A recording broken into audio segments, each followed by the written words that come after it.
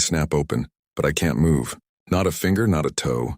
It's like my own body is turned to stone, pinning me to the mattress under the weight of my own flesh. Panic, cold and sharp, begins to prickle at the edges of my consciousness. A frantic bird trapped inside a cage of bone.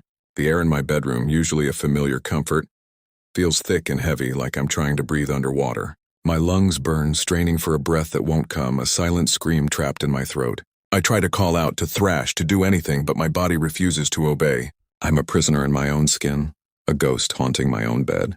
The room is dim, lit only by the faint, sickly orange glow of the street lamp filtering through the blinds, casting long, distorted shadows across the walls. Everything is just as I left it, yet profoundly wrong. The familiar shapes begin to warp, melting and twisting in the low light. The pile of clothes on my chair is no longer just a pile of clothes.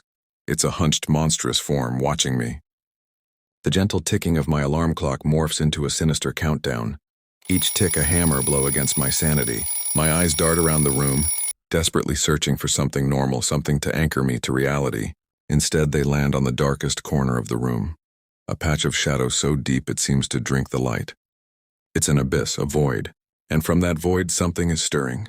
It begins as a subtle deepening of the blackness, a subtle shift that my panicked mind almost dismisses. But then a shape begins to coalesce. It detaches itself from the corner, a figure made of pure darkness, impossibly tall and thin, unfolding itself like a spider. It has no features, no details, just a silhouette of absolute dread that moves with an unnatural, gliding slowness. It's coming towards me. The figure glides across the floor without a sound, a silent reaper drifting through my personal space. The closer it gets, the heavier the air becomes, pressing down on me with an unbearable force. It feels like a physical weight, a crushing pressure settling directly onto my chest, stealing the air from my lungs and squeezing my heart in a vice-like grip. I can feel my ribs creaking under the strain.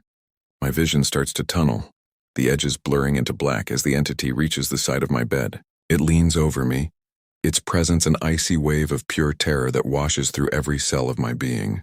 There's no face, no eyes, just a smooth, featureless void where a face should be.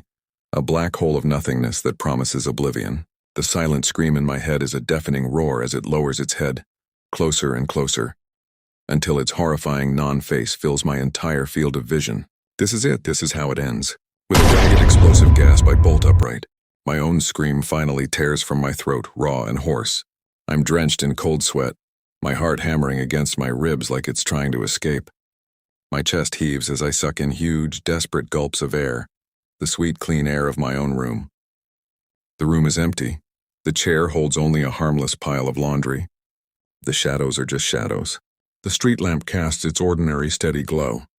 It was just a dream.